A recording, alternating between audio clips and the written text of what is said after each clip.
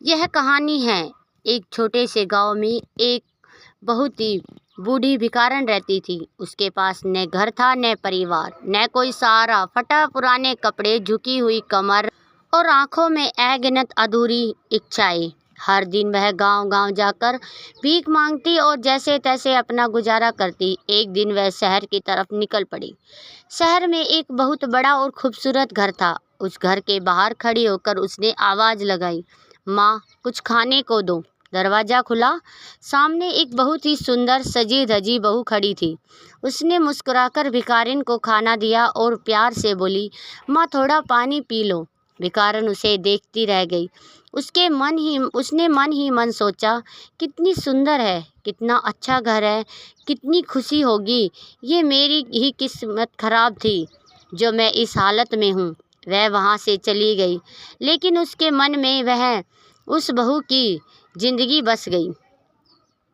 वही बहू सुबह 5 बजे उठी, घर का सारा काम किया, झाड़ू पोछा, खाना, सास ससुर की सेवा, फिर जल्दी जल्दी तैयार होकर ऑफिस के लिए निकल पड़ी। रास्ते में वह सोच रही थी कि कैसी जिंदगी है मेरी। सुबह से रात तक बस काम ही काम, न आराम न सुकून। ऑफिस पहुंचते ही बॉस की डांट, काम का प्रेशर और टेंशन। उसने अपनी सहेली से कहा, यार, कभी कभी लगता है मैं मशीन बन गई हूँ। उसकी बॉस एक बहुत ही अमीर और सफल महिला थी, लेकिन अंदर से वह भी परेशान थी। वह सोचती थी कि मेरे पास पैसा है, नाम है, लेकिन सच्ची खुशी नहीं है। हर कोई मेरे पैसे के लिए पास आता है, दिल से नहीं। एक दिन उसने देखा कि उसकी एक कर्मचारी बहुत खुश रहती है, हमेशा मुस्कुराती रहती है। बॉस ने सोचा, इतनी साधारण जिंदगी में भी ये इतनी खुश कैसे है। वही कर्मचारी शाम को घर जा रही थी। रास्ते में उसे वही बूढ़ी भिखारन मिली। उसने उसे 10 रुपए दिए। भिखारिन ने हंसते हुए कहा, भगवान तुम्हें खुश रखे बेटी। वह लड़की गाड़ी में बैठी और सोचने लगी, मेरे पास तो इसने पैसे भी नहीं है, लेकिन ये भिखारिन कितनी खुश है, इसे किसी चीज़ की चिंता नहीं है। दूसरी तरफ भिखारिन पैसे लेकर आगे बढ़ी और मन ही मन बोली, आज तो अच्छा दिन है, किसी ने प्यार से बात की, खाना भी मिला। वह खुशी खुशी गुनगुनाते हुए आगे बढ़ गई। इस दुनिया में हर इंसान सोचता है कि दूसरा इंसान उससे ज़्यादा खुश है। भिखारिन को बहू की ज़िंदगी अच्छी लगती है, बहू को अपनी नौकरी से परेशानी है, बॉस को सच्चे रिश्ते की कमी है, कर्मचारी को भिखारिन की बेफिक्री अच्छी लगती है। लेकिन सच्चाई क्या है? खुशी पैसे, सुंदरता या बड़े घर में नहीं होती। खुशी होती है मन की संतुष्टि में। अगली सुबह फिर वही दिन शुरू हुआ। वही बहू जिसका नाम नेहा था, अलार्म बजते ही उठ गई। आंखें तो खुल गई थी, लेकिन मन अभी भी थका हुआ था। उसने आईने में खुद को देखा और फिर धीरे से बोली, क्या यही जिंदगी है मेरी? वो बाहर आई, रसोई में गई, चूल्हा जलाया और काम में लग गई। सास की आवाज़ आई, नेहा, चाय बनी या नहीं? जी माँ जी, बस बना रही हूँ। उसने मुस्कुराने की कोशिश की, लेकिन वो मुस्कान अब नकली हो चुकी थी। काम करते करते नेहा सोच रही थी, सब कुछ तो मेरे पास है, अच्छा घर, अच्छा परिवार, फिर अच्छा पैसा, फिर भी मन इतना खाली क्यों लगता है? उसकी आंखों में हल्की नमी आ गई। उसी समय उसका पति राहुल आया। नेहा, जल्दी करो, मुझे ऑफिस के लिए लेट हो रहा है। नेहा ने तुरंत अपने आंसू छुपाए और बोली, जी हाँ, अभी लाई। ऑफिस पहुंचते ही फिर वही भाग दौड़। बॉस कविता मैम पहले से ही गुस्से में थी। नेहा, ये रिपोर्ट अभी तक पूरी क्यों नहीं हुई? मैम, मैं कोशिश कर रही हूँ। कोशिश नहीं, रिजल्ट चाहिए मुझे। नेहा चुप हो गई। उसने सिर झुका लिया और काम में लग गई। कविता मैम अपने कैबिन में बैठी थी। बाहर वो बहुत स्ट्रॉन्ग दिखती थी, लेकिन अंदर से वो भी टूटी हुई थी। उन्होंने अपने फ़ोन में एक पुरानी फ़ोटो देखी, जिसमें वो अपने पति और बेटे के साथ मुस्कुरा रही थी। उनकी आंखों में नमी आ गई। धीरे से बोली, काश मैं फिर से उस समय में जा पाती। असल में पैसा कमाने की दौड़ में उन्होंने अपना परिवार खो दिया था। पति उनसे दूर हो गया और बेटा उनसे बात तक नहीं करता था। शाम को नेहा ऑफिस से निकली। आज वो बहुत थकी हुई थी, मन से भी और शरीर से भी। वो धीरे धीरे सड़क पर चल रही थी, तभी उसे वही बूढ़ी भिखारन फिर दिखाई दी। वो एक कोने में बैठी थी और अपने आप से गुनगुना रही थी। जो महिला उससे उसी में खुश हो रही थी। नेहा रुक गई। उसने पहली बार उस भिखारन को ध्यान से देखा। चेहरे पर झुर्रियाँ थी, कपड़े फटे हुए थे, लेकिन आंखों में एक अजीब सी चमक थी। नेहा उसके पास गई और बोली, माँ, आप इतनी खुश कैसे रहती हो? भिखारिन मुस्कुराई। क्यों बेटी? क्योंकि मेरे पास सब कुछ है, फिर भी मैं खुश नहीं हूँ। भिखारन ने ध्यान से उसकी बात सुनी, फिर बोली, बेटी, मैं तुझे एक बात बताऊँ? हाँ माँ, जब मेरे पास सब कुछ था तब मैं भी बहुत दुखी थी। नेहा चौंक गई। आपके पास सब कुछ था? भिखारन ने गहरी सांस ली और अपनी कहानी बताना शुरू की। एक समय था जब मेरा भी बड़ा परिवार था, पति था, बेटा था, खुशहाल परिवार था। फिर क्या हुआ? नेहा ने पूछा। लालच हुआ। लालच? हाँ, और ज़्यादा पाने का लालच। मैंने अपने परिवार को समय देना छोड़ दिया, बस पैसे कमाने में लग गई और एक दिन सब कुछ छिन गया। मेरे पति बीमार पड़ गए, बेटा मुझसे दूर हो गया और धीरे धीरे मैं अकेली रह गई। घर भी चला गया, पैसा भी, और मैं सड़क पर आ गई। नेहा की आंखों में आंसू निकल आए। फिर आप खुश कैसे रहने लगी? उसने पूछा। भिखारन मुस्कुराई। क्योंकि मैंने समझ लिया। क्या? कि खुशी बाहर नहीं, अंदर होती है। जब मेरे पास सब कुछ था तब भी मैं दुखी थी, और आज कुछ नहीं है फिर भी मैं खुश हूँ, क्योंकि अब मुझे संतोष है। नेहा चुप हो गई। वो सोचने लगी, क्या मैं भी वही गलती कर रही हूँ? क्या मैं भी बिना वजह दुखी हूँ?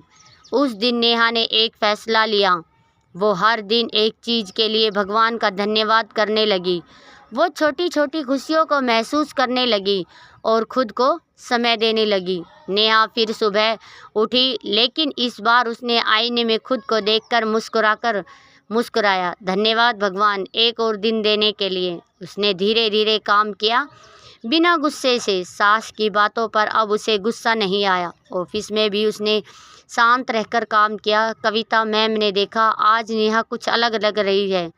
इतनी शांति, इतनी मुस्कान कैसे? क्या नेहा सच में खुश रह पाएगी? क्या कविता मैम की ज़िंदगी भी बदलेगी? क्या भिखारिन का अतीत फिर सामने आएगा? ज़िंदगी बदलने के लिए बड़ी चीज़ों की ज़रूरत नहीं होती, सिर्फ सोच बदलनी पड़ती है। और जब सोच बदलती है तो किस्मत भी बदलने लगती है। अगर आप भी जानते हैं कि खुशी अंदर से आती है तो मेरे साथ बोलिए, राधे राधे। लेकिन असली बदलाव अभी बाकी था। अगली सुबह नेहा पहले से ज़्यादा शांत थी। अब वो सिर्फ काम नहीं कर रही थी, बल्कि हर काम महसूस कर रही थी। जब वो चाय बना रही थी तो चाय की खुशबू को महसूस कर रही थी। जब वो खाना बना रही थी तो उसमें अपना प्यार डाल रही थी। सास ने फिर आवाज़ लगाई, नेहा जल्दी करो। लेकिन इस बार नेहा के चेहरे पर मुस्कान थी। जी हाँ माँ जी, अभी लाई। राहुल ने पहली बार नोटिस किया कि नेहा आज अलग लग रही है। उसने पूछा, सब ठीक है? नेहा ने मुस्कुराकर कहा, हाँ सब ठीक है। राहुल थोड़ा हैरान हुआ, क्योंकि पहले नेहा अक्सर शिकायत करती थी। ऑफिस पहुंचकर भी नेहा अब पहले जैसी नहीं रहती थी। जहां पहले वो हर बात पर टेंशन लेती थी, अब वो शांत होकर काम कर रही थी। कविता मैम ने उसे देखा। नेहा तुम ठीक हो? जी मैम बिल्कुल, आज तुम बहुत पॉजिटिव लग रही हो। नेहा मुस्कुराई। मैम, मैंने सब ये समझ लिया है कि टेंशन लेने से कुछ नहीं बदलता। कविता मैम का दिल पिघलने लगा। नेहा की बातें सुनकर कविता मैम सोच में पड़ गई। क्या सच में मैं ही अपनी परेशानी की वजह हूँ? उन्होंने पहली बार खुद से ये सवाल पूछा। उस दिन ऑफिस के बाद नेहा सीधा उसी जगह गई जहाँ वो भिखारन बैठी थी, लेकिन आज वो वहाँ नहीं थी। नेहा थोड़ा परेशान हो गई। माँ, कहाँ चली गई हो आप? उन्होंने इधर उधर देखा, पूछा, लेकिन कोई पता न चला। नेहा ने मन में एक अजीब सी बेचैनी होने लगी। क्या वो ठीक होगी? पहली बार उसे किसी अजनबी के लिए इतनी चिंता हो रही थी। भिखारिन आज शहर के एक मंदिर के पास बैठी थी। वो भगवान के सामने हाथ जोड़कर बैठी थी और धीरे धीरे बोल रही थी, हे भगवान, आज उस बेटी को खुशी रखना। अगले दिन नेहा फिर उसी जगह गई। इस बार उसे भिखारन मिल गई।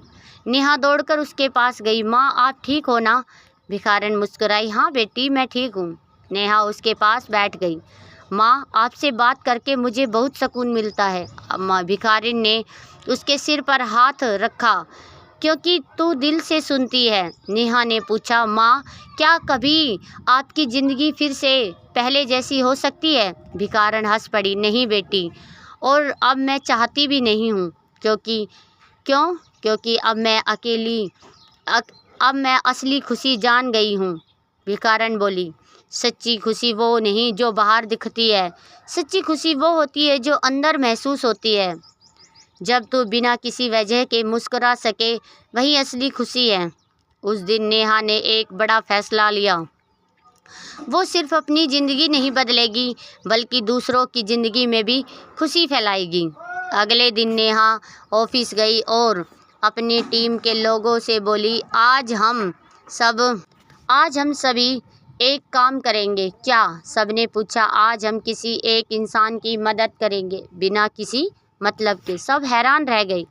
किसी ने चपरासी को चाय पिलाई, किसी ने गार्ड को धन्यवाद कहा, किसी ने अपने दोस्त की मदद की, और पूरे ऑफिस का माहौल बदल गया। कविता मैम ने ये सब देख रही थी। उन्होंने नेहा को अपने कैबिन में बुलाया। नेहा, तुमने ये सब कैसे किया? नेहा मुस्कुराई। मैम, मैंने बस खुश रहना सीख लिया, और ये भी कि खुशी बांटने से बढ़ती है। कविता मैम की आंखों में आंसू आ गए। क्या मैं भी बदल सकती हूँ? नेहा ने कहा। मैम, कभी भी देर नहीं होती। क्या कविता मैम अपने परिवार से जुड़ पाएगी? क्या भिखारिन की ज़िंदगी में भी फिर कोई चमत्कार होगा? क्या नेहा की ये सोच पूरी दुनिया बदल पाएगी? जब आप खुद बदलते हैं तो दुनिया भी बदलने लगती है। छोटी छोटी खुशियाँ ही सबसे बड़ी होती हैं, और सबसे बड़ी बात है, खुशी बांटने से बढ़ती है। अगर आप भी जानते हैं कि दूसरों को खुश करके ही असली खुशी मिलती है, तो बोलिए मेरे साथ, राधे राधे। लेकिन अब कहानी एक मोड़ लेने वाली थी, जहाँ सच सामने आएगा और दिल को छू लेने वाला बदलाव होगा। उस दिन के बाद कविता मैम पूरी रात सो न पाई। नेहा की बातें उनके मन में बार बार घूम रही थी। कभी भी देर नहीं होती। उन्होंने अपने फ़ोन को उठाया और अपने बेटे का नंबर देखा। काफ़ी देर तक वो स्क्रीन को देखती रही। आंखों में आंसू थे, दिल में डर था। क्या वो मुझसे बात करेगा? लेकिन इस बार उन्होंने हिम्मत की। कॉल लगा दी। फ़ोन बजा। हेलो। दूसरी तरफ उसके बेटे की आवाज़ थी। कविता मैम की आवाज़ कांप गई। बेटा। कुछ सेकंड के लिए सन्नाटा छा गया। माँ। उनकी आंखों में आंसू बहने लगे। मुझे माफ़ कर दो बेटा, उन्होंने रोते हुए कहा। मैंने तुम्हें और तुम्हारे पापा को बहुत नज़रअंदाज किया, बस पैसे के पीछे भागती रही। लेकिन अब मुझे समझ आ गया है कि सबसे कीमती चीज़ परिवार होता है। फ़ोन के उस पार भी खामोशी थी। फिर धीरे से आवाज़ आई। माँ, मैंने आपको कभी नफ़रत नहीं की, बस आपको मिस किया। उस दिन से माँ बेटे की बात घंटों चली। सालों की दूरियां कुछ ही मिनटों में पिघलने लगी। कविता मैम ने मन ही मन सोचा, धन्यवाद नेहा, तुमने मेरी ज़िंदगी बदल दी। नेहा अब रोज़ उस भिखारिन से मिलने लगी थी। उनकी बातें अब सिर्फ सलाह तक सीमित नहीं थी, बल्कि एक रिश्ते में बदल चुकी थी। नेहा उसे माँ कहने लगी थी। नेहा अब वहाँ पहुँची तो उसने देखा कि भिखारिन बहुत कमज़ोर लग रही थी। वो धीरे धीरे सांस ले रही थी। नेहा घबरा गई। माँ, आपको क्या हुआ? भिखारिन ने धीमी आवाज़ में कहा। बेटी, अब मेरा समय करीब है। नेहा की आंखों में आंसू बहने लगे। ऐसा मत कहो माँ, मैं आपको कुछ नहीं होने दूंगी। नेहा तुरंत उन्हें अस्पताल लेकर गई। डॉक्टर ने चेक किया और कहा, इनकी हालत बहुत नाजुक है, इनका ध्यान रखना होगा। रात को भिखारिन ने कहा, नेहा का हाथ पकड़ लिया। बेटी, मेरी एक आखिरी इच्छा है। क्या माँ? मैं अपने बेटे से एक बार मिलना चाहती हूँ। चौंकाने वाला सच था। नेहा हैरान रह गई। उसका बेटा? वो कहाँ है? भिखारिन ने धीरे से कहा। वो इसी शहर में है, लेकिन वो मुझे पहचानता नहीं। क्यों? नेहा ने पूछा। भिखारिन की आंखों में आंसू आ गए। क्योंकि मैंने उसे खुद से दूर कर दिया। मैंने उसे छोड़ दिया था अपने लालच में। नेहा ने उसका हाथ पकड़ा। माँ, मैं आपके बेटे को ज़रूर ढूंढूंगी, मैं आपको उससे मिलवाऊंगी। अगले दिन से नेहा ने उस बेटे को ढूंढना शुरू किया। भिखारन ने उसे कुछ पुरानी बातें बताई, उसका नाम, उसका पुराना घर, उसकी कुछ यादें। नेहा हर जगह गई, पूछा, ढूंढा, लेकिन कोई सुराग नहीं मिला। एक दिन नेहा ऑफिस में बैठी थी, तभी उसकी नज़र एक फ़ोटो पर पड़ी। वो फ़ोटो कविता मैम के केबिन में थी। उस फोटो में कविता मैम, उसके पति और उनके बेटा था। नेहा चौंक गई। ये चेहरा कहीं देखा है। नेहा ने दिमाग में अचानक सब जुड़ गया। भिखारन की कहानी, उसका बेटा और ये फ़ोटो। नेहा के हाथ कांपने लगे। क्या ये हो सकता है? नेहा तुरंत कविता मैम के पास गई। मैम, ये फ़ोटो आपके बेटे की है? हाँ। क्या मैं इससे मिल सकती हूँ? कविता मैम ने हैरानी से पूछा। क्यों? नेहा की आंखों में आंसू थे। मैम, मुझे लगता है मैं आपके बेटे को जानती हूँ। क्या भिखारिन का बेटा वही है? क्या माँ बेटे का मिलन होगा? क्या सालों की दूरियां ख़त्म होगी? ज़िंदगी हमें हमेशा दूसरा मौका देती है, बस हमें हिम्मत करनी होती है। और सबसे ज़रूरी, रिश्ते से बढ़कर इस दुनिया में कुछ नहीं।